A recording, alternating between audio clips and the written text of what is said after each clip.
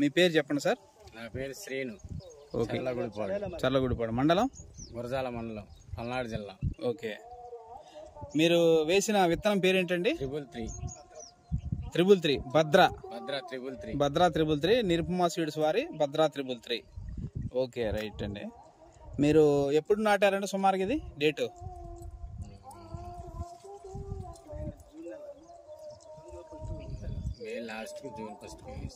June 2వ తారీఖు అని చెప్పినట్టు గుర్తు లాస్ట్ టైం వచ్చినప్పుడు నేను. ఓకే.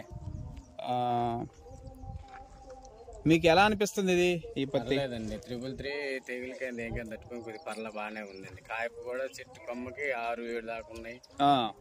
ఒక చెట్టుకి 50 నుంచి 70 కాయలు దాకా. Okay okay. మరి చుట్టుపక్కల రైతులు అడుగుతున్నారా ఏంటండి?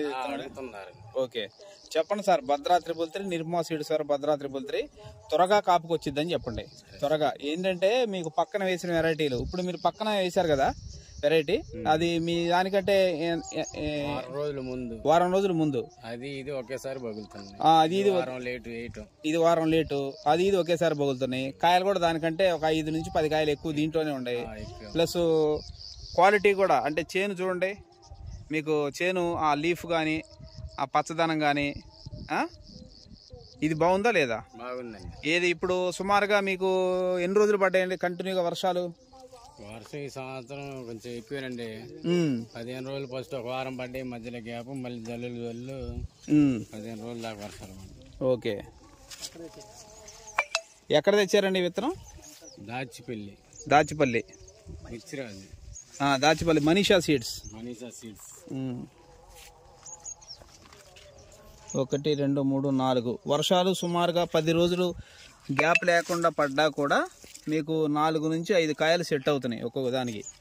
ఇది మోనోపొడియాక దాదాపు 15 నుంచి 20 కాయలు ఉన్నాయి.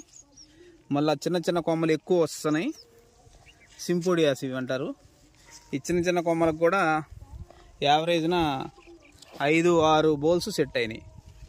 సో దిగుబడి ఎంత వచ్చిందని మీ యొక్క అంచనా? 10 నుంచి 15 లోపు వచ్చిందండి. 10 నుంచి 15 వర్షాల వల్ల. వర్షాలు లేకపోతే ఇంకా బాగా వచ్చేది. 15 నుంచి 20 మధ్యలో గ్యారెంటీగా వచ్చేది. మీరు పైన బోల్ కూడా వదిలి చూశారు కదా ఇప్పుడు, దాంట్లో ఏమైనా కనపడిందా పురుగు? ఇప్పటికైతే లేదు. పైన బోల్లో కూడా ఎటువంటి చివరకాయ తీసుకొని ఒలిశారు, అయినా కూడా దీంట్లో కూడా ఎటువంటి పురుగు లేదండి. ఓకే సార్, వచ్చే సంవత్సరం మీరు ఎన్ని ఎకరాలు వేస్తారు ఇది? చూద్దామండి, పర్లేదు 2-3 నుంచి 5 దాకా. ఓకే, రైట్, మంచిదండి. మీతో పాటుగా మీ చుట్టుపక్కల రైతులకు చెప్పండి, మీ ఫ్రెండ్స్కి బంధువులకి అందరూ చెప్పండి.